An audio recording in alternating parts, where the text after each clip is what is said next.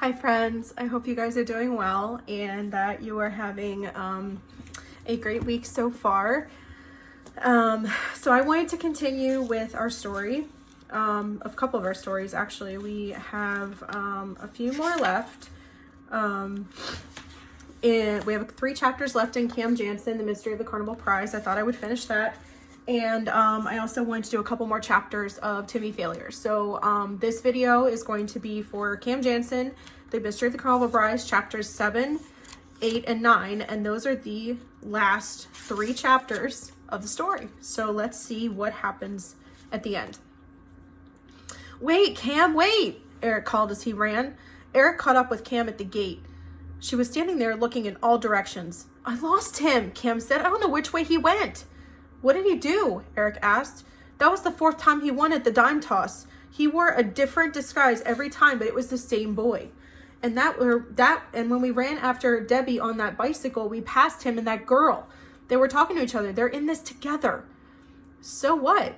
Eric said as he turned and started to walk back into the schoolyard. Wearing a disguise isn't a crime, and we can't chase after every kid who wins a prize. But Eric, they must have done something wrong. How else could they keep winning? Eric walked with Eric into the schoolyard. As they walked, Cam closed her eyes and said, click. Watch where you're walking, a boy said to Cam. You almost bumped into me.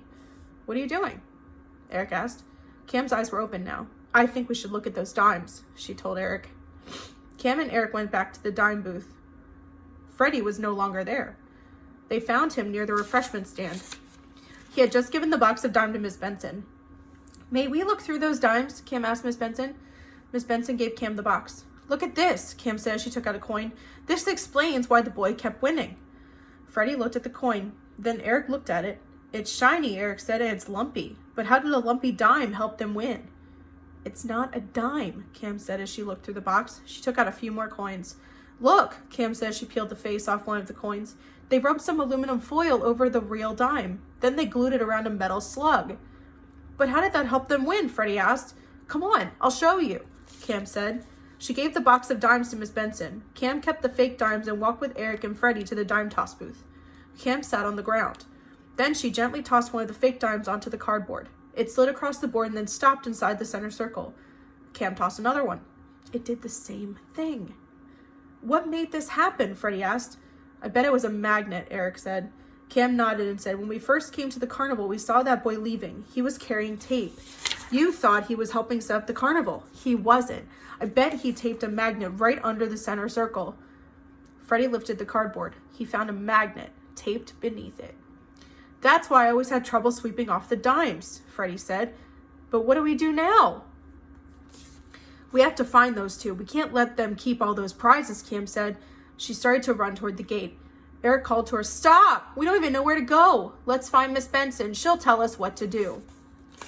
So on one of the previous pages, if you look here, you can see the fake dimes had that metal piece to it.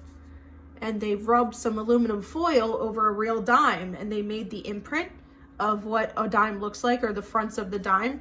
And then they put it on top of a metal piece to make it look like a dime.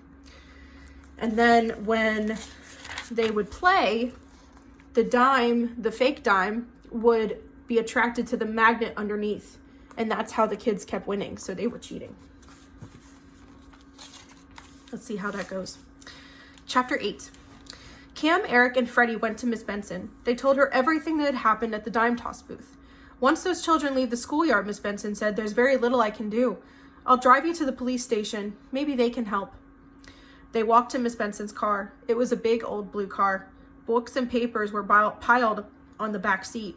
Eric began to open the back door. No, don't, Miss Benson said. It was too late. Books, papers, and a box wrapped in gift paper fell out. Eric and Freddie chased after the papers. They picked up the books and the gift.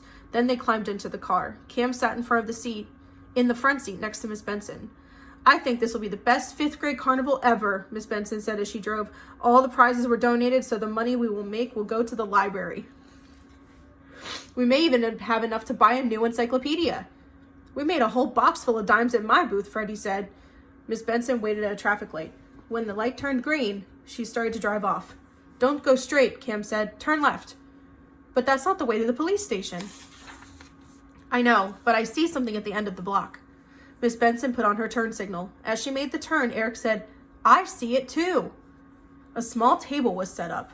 A tall boy with curly blonde hair was calling out, "Bring home a toy for your children. Buy a soft, furry, stuffed animal." The girl with him had braces on her teeth and long brown hair. She was holding a toy giraffe. She was showing it to people who walked by. "They won all those prizes at my dime toss," Freddie said. "They didn't win," Eric said. "They cheated you out of them." Miss Benson parked her car. She told Cam, Eric, and Freddie to wait inside. She would talk to the two children. As Miss Benson walked from her car, a girl came over to her. She tried to sell Miss Benson a teddy bear. Then Miss Benson started to talk. She called to the tall boy. "What's she saying?" Eric asked. "I can't hear her," Cam said, "and I can't open the window. It's stuck." "So is mine," Freddie said. They watched as Miss Benson talked to the two children. Then Miss Benson walked back to the car. The two children followed her, carrying the stuffed animals. "Jennifer, Eric, and Freddie," Miss Benson said as she opened the cam door, "I'd like you to meet Bert and Sylvia. They are going to give these prizes back, and they agreed to help in the library every Monday afternoon. Isn't that nice?" Neither Bert nor Sylvia smiled. "Are you taking us to the police?" Bert asked. Miss Benson shook her head. "I'm sure you've learned your lesson," she said.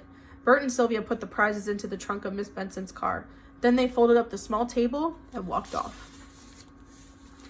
They were trying to sell them to make money. Isn't that terrible? "Well, you children caught two thieves," Miss Benson said as she drove back to the school. "By cheating at the dime toss, they were stealing those prizes. You also solved a mystery. I was wondering why there were so many winners at Freddie's booth." Later that afternoon, the winner of the button jar guess was announced. A first grade boy's guess was the closest. The toy kangaroo and mother and baby that he won were almost as big as he was. "I don't care if I didn't win," Donna said. "At least Cam won a school t-shirt for me. And she won a banner for me," Diane said. Chapter 9. A few days later, Cam and Eric were back in school. Spring vacation was over. At 3 o'clock, when the class was getting ready to go home, Miss Benson asked Cam and Eric to wait. Then she walked with them to the library. "Oh, there you are," the librarian said when they walked in. "Miss Benson told me how you figured out what was happening at the dime toss. You two must read a lot of mysteries." "We do," Eric said, "but that's not why we can solve mysteries. It's Cam's memory. It's amazing. She remembers everything she sees." The librarian told Cam and Eric that with the money from the 5th grade carnival, he bought a new encyclopedia. Inside the front cover of each volume, he wrote, "This encyclopedia is a gift from the 5th grade. Then the librarian took 2 mystery books off his desk and said, "Miss Benson gave these books to the library. Look at what she wrote inside of them." Cam opened one of the books and read aloud. These books were given to the school library in honor of 2 great solvers of mysteries, Jennifer Jansen and Eric Shelton.